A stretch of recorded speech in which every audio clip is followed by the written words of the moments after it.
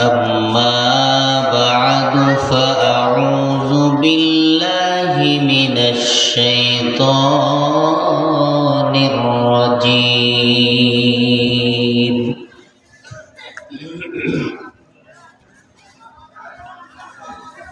بسم الله الرحمن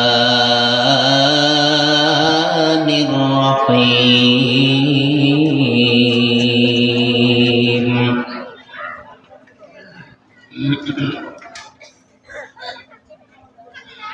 وقضى ربك ألا تعبدوا إلا إياه وبالوالدين إحسانا إما يبلغن عندك الكبر أحدهما أو كلاهما فلا تقل لهما أف ولا تنهرهما وقل لهما قولا كريما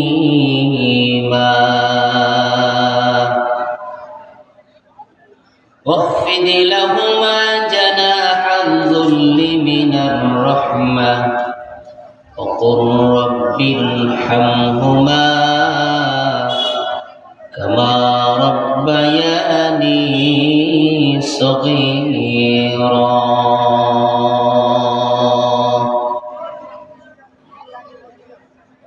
قال رسول الله صلى الله عليه وسلم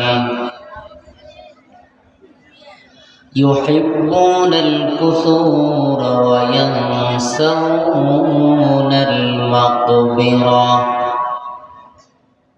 أو كما قال النبي عليه الصلاة والسلام بارك الله لنا ولكم في القرآن العظيم ونفعنا وإياكم بالآيات والذكر الحكيم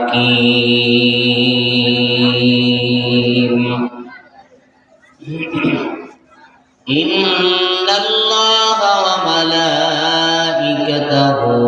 يصلون على النبي يا أيها الذين آمنوا صلوا عليه وسلموا تسليما نماز الدرود الشريف اللهم صل على محمد وعلى آل محمد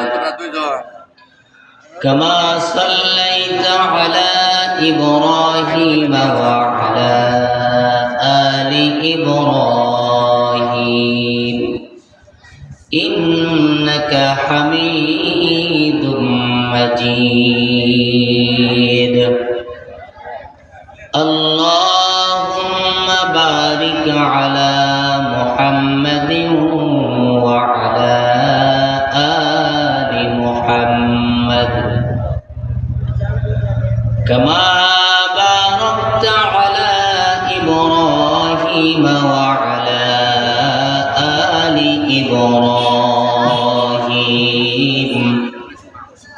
إنك حميد مجيد بلغ العلا بكماله كشف الدجى بجماله حسنت جميع خصاله صلوا عليه وآله رہے میرے مسکن حوالی کعبہ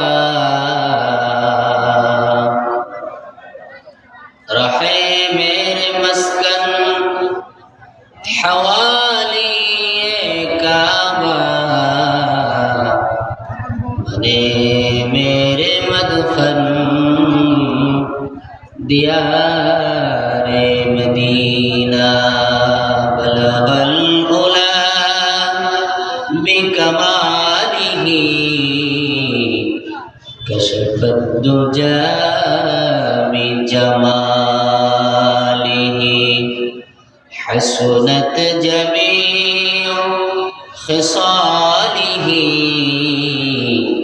صلوا عليه وآله لا إله إلا الله لا إله إلا الله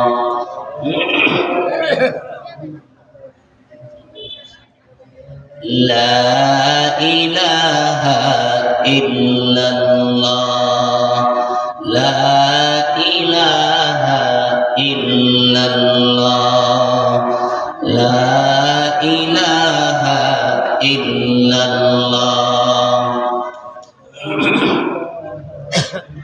لا إله إلا الله محمد رسول الله صلى الله عليه وسلم খামার বাইকুশা পশ্চিমপাড়া জামে মসজিদের উদ্যোগে আয়োজিত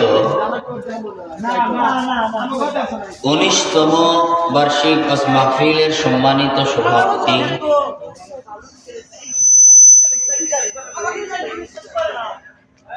জাতির সারেতাজ হযরত উলামায়ে কেরাম, সম্মুখপানে সমাবেত অত্র এলাকার দিনদার ইমানদার আল্লাহওয়ালা ভাই বাবাজিদের এক অংশ, আমরা সকলে মিলে আল্লাহ পাক সুবহানাহু ওয়া তাআলার দরবারে শুকরিয়া আদায় করছি, যিনি আমাদেরকে এখন পর্যন্ত শারীরিক এবং মানসিকভাবে সুস্থ রেখেছেন, এখন পর্যন্ত আমাদেরকে বা হায়াত রেখেছেন। আল্লাহ তাআলা আমাদের জবান এবং শ্রবণ শক্তিকে সচল রেখেছেন। এছাড়াও অসংখ্য অজস্র নিয়ামত প্রতিনিয়ত আমরা রব্বুল আলামিনের ভোগ করছি। এজন্য সকলে মিলে আল্লাহ পাকের শুকরিয়া আদায়ের জন্য অন্তরের অন্তরস্থল থেকে সমস্ত ভালোবাসা মিশ্রিত করে আল্লাহ পাকের শুকরিয়া আদায় করছি, কালিমাত শুকর করছি আলহামদুলিল্লাহ। আর একটু ভালোবাসা মিশিয়ে সকলে একসাথে পড়ছি আলহামদুলিল্লাহ। আল্লাহ সুবহানাহু ওয়া তাআলা এত বেশি পরিমাণে আমাদেরকে নিয়ামত দিয়েছেন, যদি এক মুহূর্তের জন্য ওনার নিয়ামত আর অনুগ্রহের নজর আমাদের থেকে উঠিয়ে নেন, পুরা পৃথিবী, পুরা দুনিয়া, পুরা জগৎ অচল হয়ে যাবে, অকেজো হয়ে যাবে। না পৃথিবীতে কোনো মানুষ থাকবে, আর না গাছপালা থাকবে, আর না জীবজন্তুর অস্তিত্ব থাকবে, না আসমানের জায়গায় থাকবে, আর না জমির ঠায় দাঁড়ায় থাকবে। সমস্ত কিছু ভেঙে তছনছ হয়ে যাবে যদি আল্লাহ তাআলা তার অনুগ্রহের নজর আমাদের উপর থেকে এক মুহূর্তের জন্য উঠিয়ে নেন। এজন্য সর্বদা আমরা শুকরিয়া আদায় করব কার? আমরা বাধ্য আল্লাহ পাকের শুকরিয়া আদায় করতে। এজন্য কোন কবি চমৎকার করে বলে গেছেন, আলহামদুলিমান কদ্দারা খায়রান ওয়া কাবালা ওয়াশ-শুকরু লিমান সাওয়ারা হুসনান ওয়া জামালা। আলহামদুলিমান কদ্দারা খায়রান ওয়া কাবালা ওয়াশ-শুকরু লিমান সাওয়ারা হুসনান ওয়া জামালা। ফরদুন সামাদুন আন সিফাতিল খালকি বারিউ রব্বুল আজালিয়ুল খালাকাল খালকা কামালা। لا جد ولا ند ولا هد لمولاه الآن كما كان ولم يلق جوالا لا شبه ولا مثل ولا لا شبه ولا مثل ولا كفوا لمولاه لا ولد ولا والد لا أم وخالا قل هو الله أحد الله الصمد لم يلد ولم يولد ولم يكن له كفوا أحد রব্বুল আলামিন তার পরিচয় এমন ভাবে দিয়েছেন যে তিনি ছাড়া পৃথিবীর অস্তিত্ব থাকবে না। তিনি কারো মুখাপেক্ষী নন, বরং পুরা জগৎ তার মুখাপেক্ষী। কথা বলেন ঠিক না? পুরা জগৎ তার মুখাপেক্ষী। আল্লাহ তাআলা কোরআন শরীফের এক আয়াতে বলেন, وَإِن تَعُدُّوا نِعْمَةَ اللَّهِ لَا تُحْصُوهَا। পৃথিবীর জিন এবং ইনসানেরা, তোমরা যদি সকলে মিলে আমার নিয়ামতগুলো গণনা করা শুরু করো, وَإِن تَعُدُّوا نِعْمَةَ اللَّهِ, আল্লাহ তাআলার নিয়ামতগুলো যদি তোমরা গোনা শুরু করে দাও, গুনতে গুনতে তোমাদের অত্যাধুনিক বৈজ্ঞানিক আবিষ্কার কম্পিউটারের সমস্ত ডিজিজ শেষ হয়ে যাবে। লা তুহসুহা, কিন্তু আমার নিয়ামতের পরিসংখ্যান তোমরা শেষ করতে পারবে না। শুকরে নিয়ামত নিয়ামাতা তাফজু কুনাদ, কুফরে নিয়ামত আসগাফাত বিরু কুনাদ। এই জন্য সব কিছু মিলায়া ঝুলায়া আমরা আল্লাহ তাআলাকে বলি, আল্লাহ যত নিয়ামত আপনি আমাদেরকে দিয়েছেন, এই নিয়ামতের শুকরিয়া আদায় করতে পারবো না, তবে আমরা এতটুকু বলতে পারি, আলহামদুলিল্লাহি রাব্বিল আলামিন। সমস্ত প্রশংসা কার জন্য? আওয়াজ করে সকলকে বলতে হবে, সমস্ত প্রশংসা কার জন্য? একমাত্র আল্লাহ তাআলার জন্য। আপনি যদি চেয়ারের প্রশংসা করেন, এটাও প্রকারান্তরে আল্লাহর প্রশংসা। আপনার মাথার উপরে যে সামিয়ানা ঝুলানো আছে, যদি এটার প্রশংসা করেন, এটাও প্রকারান্তরে আল্লাহ তাআলার প্রশংসা। কিভাবে? এই মানুষের মাথার মধ্যে, এই দেড়-পোয়া মগজের মধ্যে এত সুন্দর সুচারু সুন্দর করে এই পরিবেশটাকে করার জন্য বুদ্ধি কে দিয়েছেন? ব্রেনকে কে ঠিক রেখেছেন? এত সুন্দর চেয়ার, আমান বড় একটা গাছ কেটে এত সুন্দর নকশা করে করার ক্ষমতা কে দিয়েছেন? যিনি দিয়েছেন প্রশংসা তার। তিনি কে? সন্দেহ আছে নাকি? প্রিয় ভাইরা, এজন্য আমাদের জন্য আল্লাহ পাকের বিধান হয়েছে, ওয়াকাদা রাব্বুকা আল্লা তা'বুদু ইল্লা ইয়াহু। আল্লাহ তাআলা স্পষ্ট ঘোষণা হলো, পৃথিবীর মানুষ দেখো, যেহেতু আসমানের সৃষ্টিকর্তা আমি, জমিনের সৃষ্টিকর্তা আমি, এত দুভয়ের মাঝে যা কিছু আছে সব কিছুর সৃষ্টিকর্তা যেহেতু আমি, অতএব ফায়সালা হয়ে গেছে, সিদ্ধান্ত হয়ে গেছে, গোলামি কেবলমাত্র আল্লাহ তাআলার হবে, ইবাদত কেবলমাত্র আল্লাহ তাআলার হবে। তিনি ভিন্ন আর কারো গোলামি করা চলবে আল্লাহর ঘোষণা। ওয়াকাদা রাব্বুকা আল্লা তা'বুদু ইল্লা ইয়্যাহ। আমাদের রব বলেন, হে পৃথিবীর মানুষেরা, সিদ্ধান্ত হয়ে গেছে, কজা হয়ে গেছে, ফয়সালা হয়ে গেছে, আল্লা তা'বুদু ইল্লা ইয়্যাহু, তোমাদের রবের ছাড়া দুনিয়ায় আর কারো ইবাদত করা যাবে না।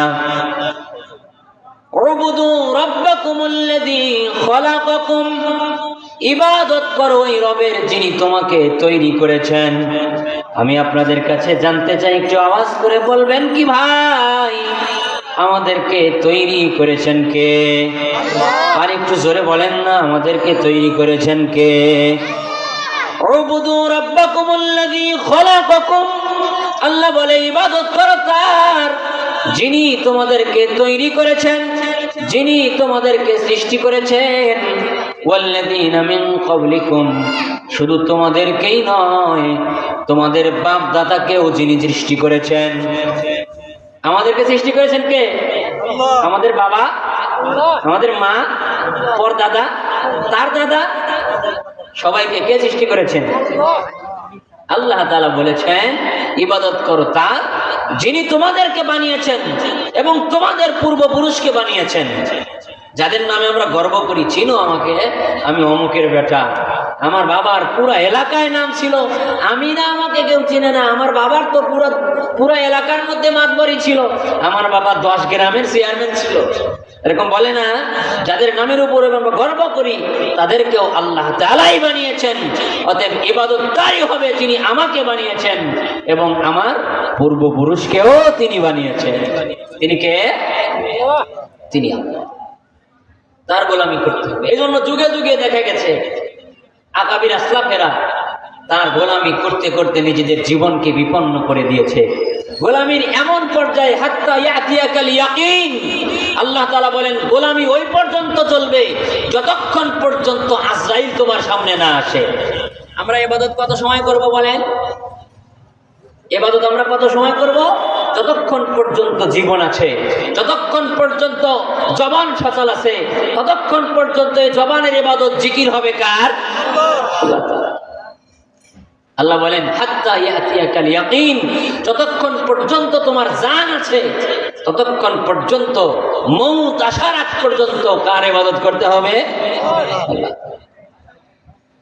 এজন্য আমরা যদি ইতিহাস তালাশ করি দেখবো আমাদের আকাবির আসলাফেরা সারাদিন তো 5 ওয়াক্ত নামাজ তো পড়েইছেন, তারপরও বিশেষভাবে আমাদের নবীর জিন্দেগি যদি আমরা দেখি, দেখবো রাসূল সাল্লাল্লাহু আলাইহি সাল্লাম শীতের এই লম্বা রাত্রিতে দাঁড়িয়ে দাঁড়িয়ে নামাজ পড়েছেন। এত লম্বা সময় ধরে নামাজ পড়েছেন যে দুটা পা ফুলে একদম রসে ভরে গেছে, পা ফুলে গেছে, সকালবেলা চলাফেরা করতে কষ্ট হয়ে গেছে। নবীজি সাল্লাল্লাহু আলাইহি ওয়াসাল্লাম বলেন শীতকাল হলো মুমিনের ইবাদতের বসন্তকাল।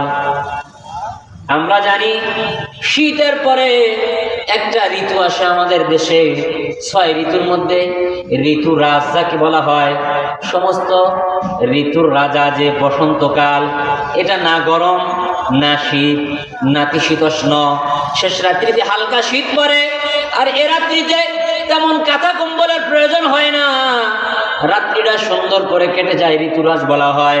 কিন্তু যারা ইবাদত বুঝার আল্লাহর গোলাম, তাদের কাছে শীতের রাত্রিটা হলো বসন্তকাল। লম্বা সময় রাত্রিতে পাওয়া যায় মালিকের সামনে দাঁড়ায় থাকার জন্য, বলেন ঠিক না? কিন্তু আমরা যারা এটা বুঝি না, রাত্রি 12টায় যাদের ঘুমানোর অভ্যাস, রাত্রি 1টায় যাদের ঘুমানোর অভ্যাস, এ বসন্তকাল কোথা দিয়ে চলে যায়, ফজরের নামাজ কোথা দিয়ে পার হয়ে যায়। মসজিদের ফজরের কাতারে 2-3 জন লোক, এমন অবস্থা যে চলতেও পারে না লাঠি ছাড়া, দেখতেও পারে না সকালবেলা লাইট ছাড়া, এরপরে লাঠি হাতে নিয়ে ঠক ঠক করে কাঁপতে কাঁপতে সামনের কাতারে হাজিরা দেয়, যারা একদম মৌতের নিকটবর্তী হয়ে গেছে, এই ধরনের কিছু লোক। কথা বলেন ঠিক না? কিন্তু এরকম তো হওয়ার কথা ছিল না, যেহেতু রাত্রি অনেক লম্বা, রাত্রি অনেক লম্বা, এজন্য শীতের রাত্রি হলো ইবাদতের মৌসুম, ইবাদতের বসন্তকাল। আমরা পড়ব তো নামাজ রাত্রিতে ইনশাআল্লাহ। রাসূলুল্লাহ সাল্লাল্লাহু আলাইহি ওয়াসাল্লাম এক হাদিসে বলেন আফশুস সালাম ওয়া আলিনুল কালাম ওয়া সাল্লু ওয়ান নাসু নিয়াম উদখুলুল জান্নাতা বিসসালাম। নবীজি বলেন মানুষকে বেশি বেশি সালাম দাও, মানুষের সাথে ভালো ব্যবহার করো, আর রাত্রিতে উঠে উঠে মালিকের দরবারে সিজদা লাগাও, আর নিরাপদে নির্বিঘ্নে নিশ্চিন্তে জান্নাতে চলে যাও। যারা রাত্রিতে নামাজের অভ্যাস করবে, রাত্রিতে যাদের জিন্দেগির আমল নামায় রাত্রির নামাজ থাকবে, তারা নিশ্চিন্তে জান্নাতে প্রবেশ করবে। করব ইনশাআল্লাহ। আল্লাহ তৌফিক দান করেন, বলেন আমিন। এমন একজন বুজুর্গ ছিলেন, অনেক বড় হাদিসের ইমাম ছিলেন, তরিকতের অনেক বড় ইমাম ছিলেন, ফকিহ আব্দুল্লাহ ইবনে মুবারক রাহমাতুল্লাহি আলাইহি। বাড়ির ছাদে আনার জন্য একটা হুজরা বানানো ছিল, ওই যে রাত্রিতে ঈশার নামাজ পড়ে দাঁড়ায় যাইতেন, নামাজ পড়তে পড়তে পড়তে পড়তে ফজরের নামাজ হয়ে যাইত। যখন মুয়াজ্জিন বলতো আসসালাতু খায়রুম মিনান নাওম, তখন নামাজ খতম করে 2 রাকাত সুন্নাত পড়ে নামাজের প্রথম কাতারে তাকবীর উলায় হাজিরা দিতেন। সারা রাত্রি দাঁড়িয়ে দাঁড়িয়ে নামাজ পড়তেন।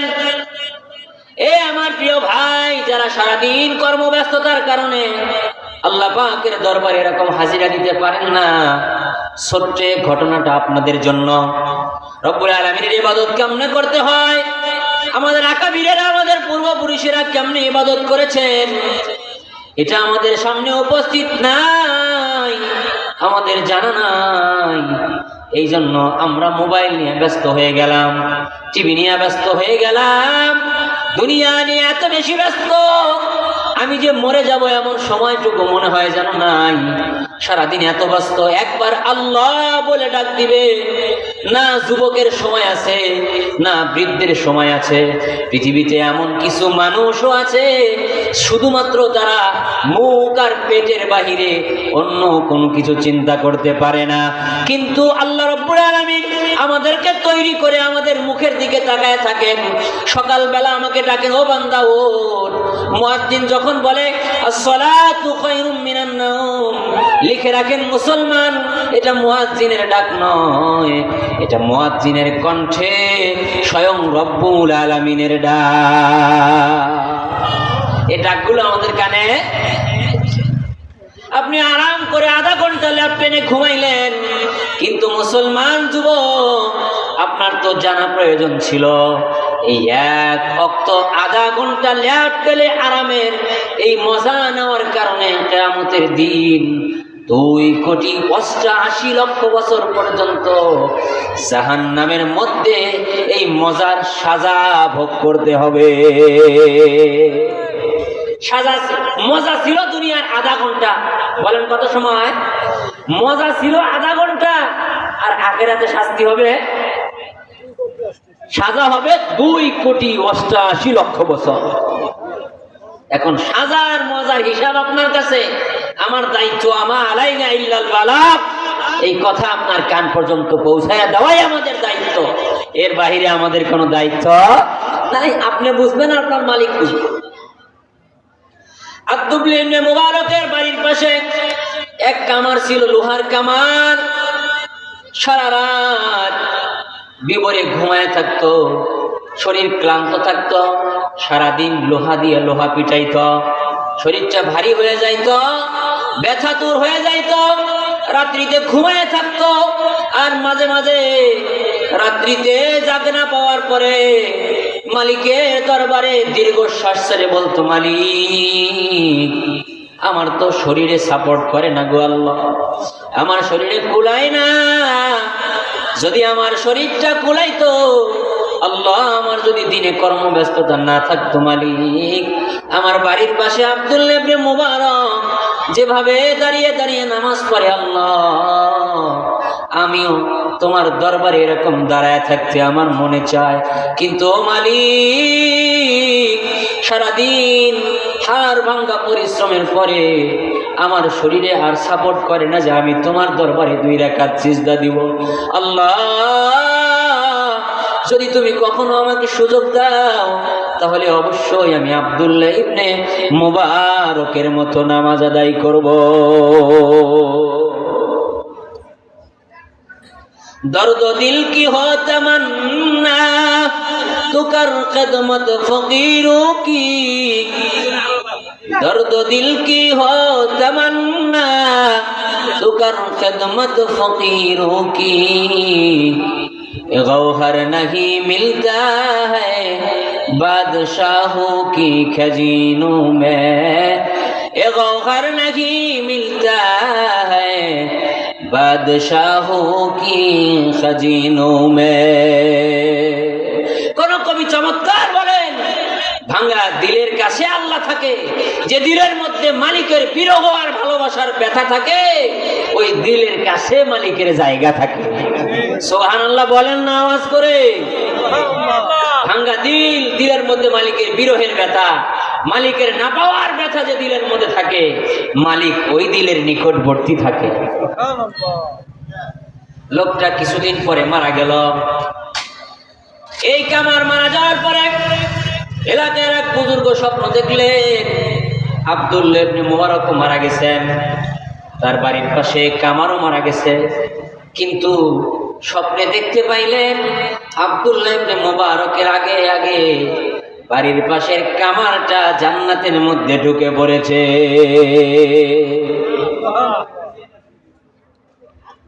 বাদা আল ইসলামু গরীবা সায়াউদু কামা বাদা ফাতুবা লাকুম আইয়ুহাল গুরাবা ফাতুবা লাকুম আইয়ুহাল গুরাবা ফাতুবা লাকুম আইয়ুহাল গুরাবা। নবীজি তার পবিত্র জবানে বলেন, ইসলাম শুরু হয়েছিল ভুকা না খেয়ে থাকা পোশাক পরিচ্ছদহীন কিছু গরিবের দ্বারা, আবার ইসলামটাই গরিবের কাছে চলে যাবে। অতএব হে গরিবেরা শোনো, তোমাদের জন্য সুসংবাদ, তোমাদের জন্য সুসংবাদ, তোমাদের জন্য সুসংবাদ। গরিব আর মেহনতি মানুষের বন্ধু কেবলমাত্র মুহাম্মদুর রাসূলুল্লাহ সাল্লাল্লাহু আলাইহি ওয়াসাল্লাম। আমরা পোস্টারে যাদের নাম দেখি যে গরিবের বন্ধু, আসলে সে গরিবের বন্ধু নয়, বরং গরিবের রিলিফের গম মেরে খাওয়ার মতো বন্ধু। কথা উনি দোয়া করতেন মুহাম্মদুর রাসূলুল্লাহ দোয়া করতেন, আল্লাহুম্মা আহইনি মিসকিনা ওয়া আমুতনি মিসকিনা ওয়াহশুরনি ফি জুমরাতিল মাসাকিন। গরিব আর মেহনতি মানুষের বন্ধু ধনী আরেকজন গরিব, দুইজনই 60 বছর হায়াত পাইছে, আমলও সমান সমান করেছে, দুজনই সমান হায়াত পেয়েছে, আমলও কি সমান সমান করেছে। কিয়ামতের দিন জান্নাতে যাওয়ার সময় গরিব আল্লাহর রাসূলের কথা অনুযায়ী ধনীর চেয়ে 500 বছর আগে জান্নাতে যাবে। এজন্য গরিবের মন খারাপ করার কিছু নাই। অধিকাংশ মানুষ এলাকার কৃষক, তাই তো নাকি? এক হাদিসে আছে, কোন কৃষক কোন রাখাল যদি মাঠের মধ্যে একামত দিয়ে নামাজ পড়ে, তার ডাইনের ফেরেশতা ডান দিকে দাঁড়ায়, বামের ফেরেশতা তার সাথে বাম দিকে দাঁড়ায়া নামাজ আদায় করে।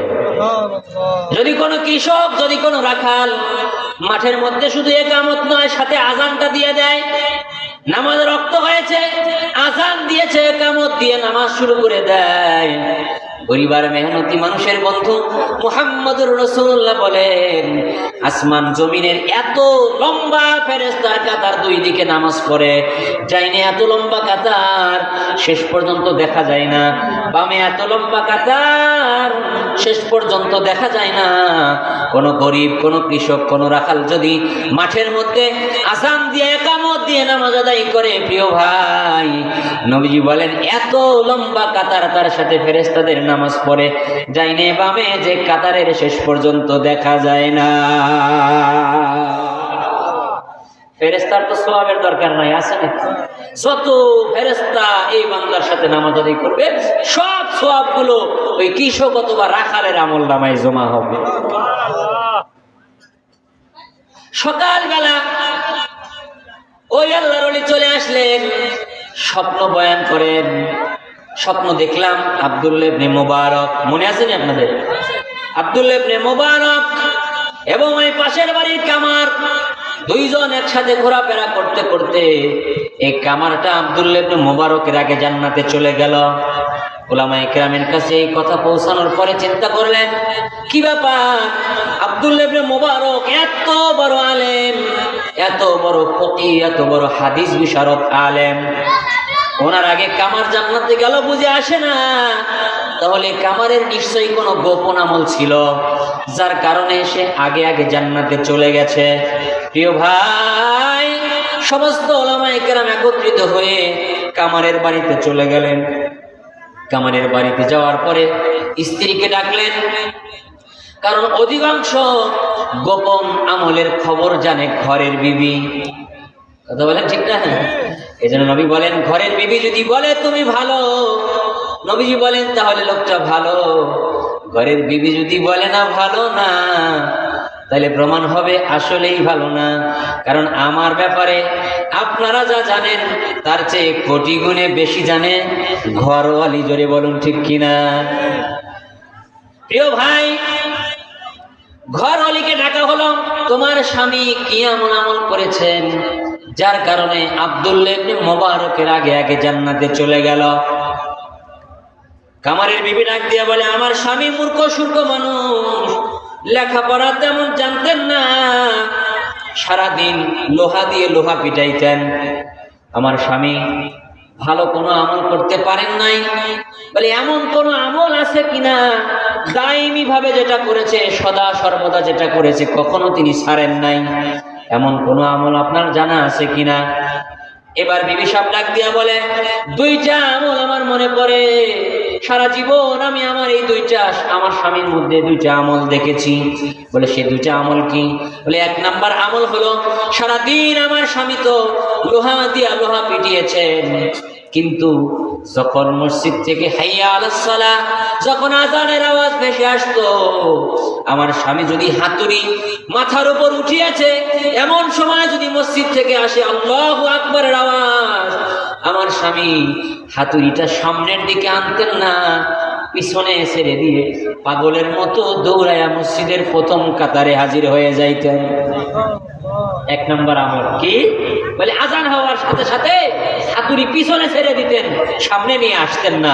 আল্লাহু আকবার আওয়াজ আসার সাথে সাথে আমার স্বামী হাতুড়িকে পিছনে ছেড়ে পাগলের মতো বেকারার হয়ে বেচাইন হয়ে দৌড়ায় মসজিদে চলে গেছেন, আগের কাতারে হাজিরা দিয়ে তাকবীরে উলার সাথে নামাজ আদায় করেছেন। বলে, আমার স্বামীর এক নম্বর আমল এইটা। বলে, আরো কোনো আমল আছে? বলে, আরেকটা আরো নিবিড় গোপন আরেকটা আমল আছে, যেটা আমি ছাড়া আর কেউ জানে না। বলে, সেটা কি?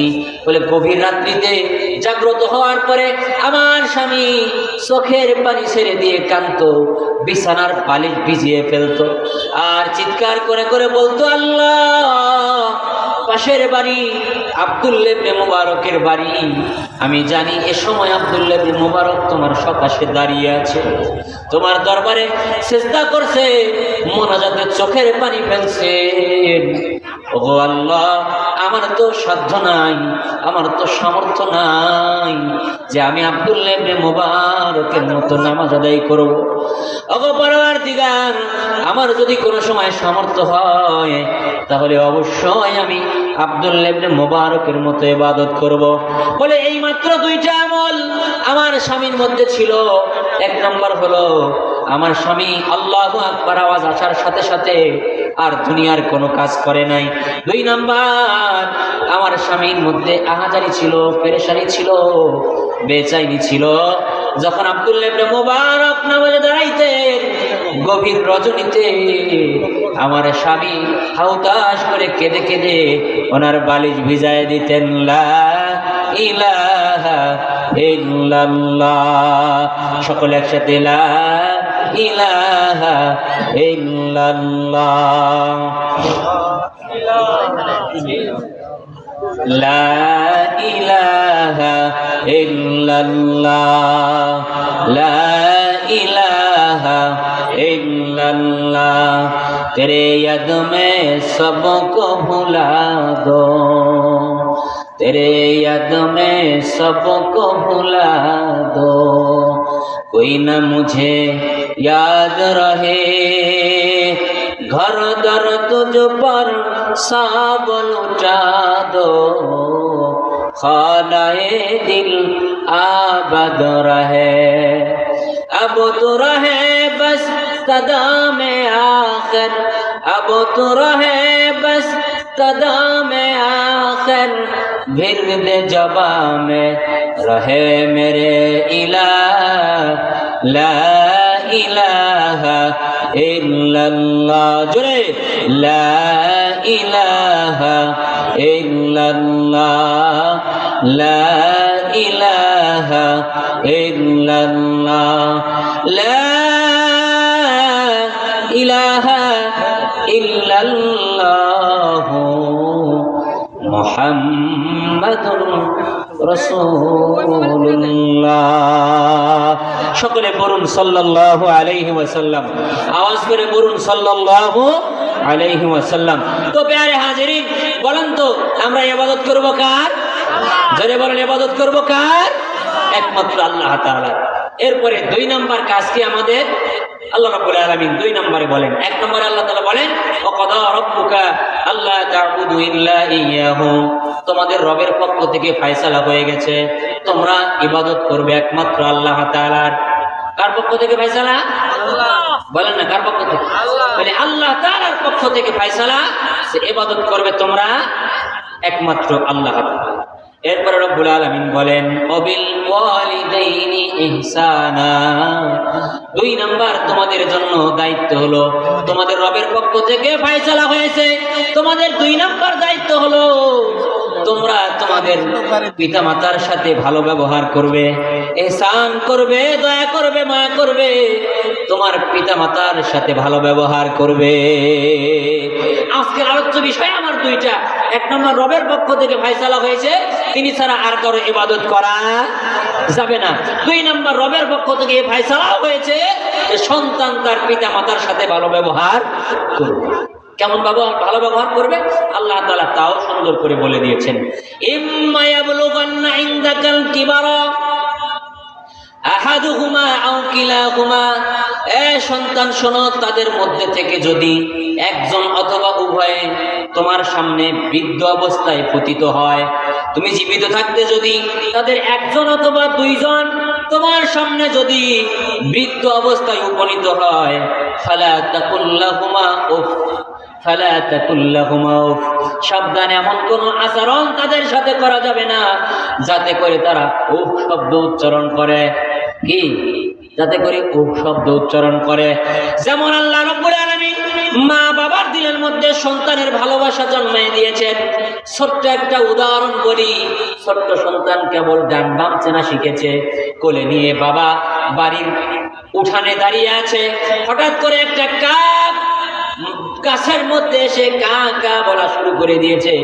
সন্তান ডাক দিয়ে বলে বাবা এটা কি? কি? সন্তান বলতেছে জীবনে কাক দেখে নাই। বলে বাবা এটা কি?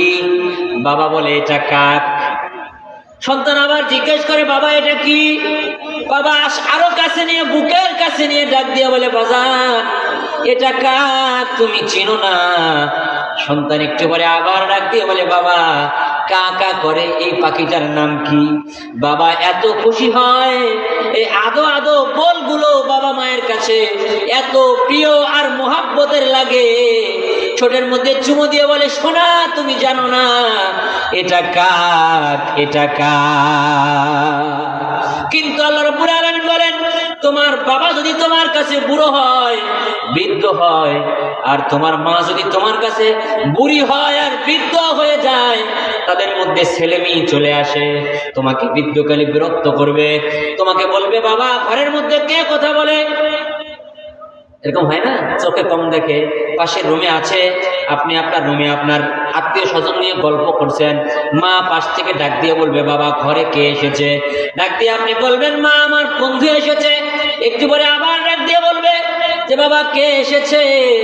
আপনি যদি বলেন আমার বন্ধু এসেছে, 3 বার 3য়-বার যদি বলে বাবা কে এসেছে, তখন অবশ্যই সন্তান এই কথা বলে থাকে সচরাচর ইল্লা মাশাআল্লাহ 2-1 জন ছাড়া।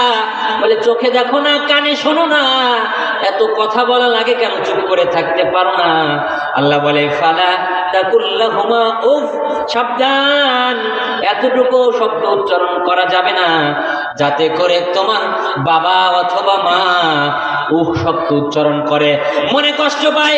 ও সন্তান, ছোট্টবেলায় তুমি যখন আমাকে বিরক্ত করতা, এক প্রশ্ন বারবার করে যখন তুমি আমাকে বিরক্ত করতা,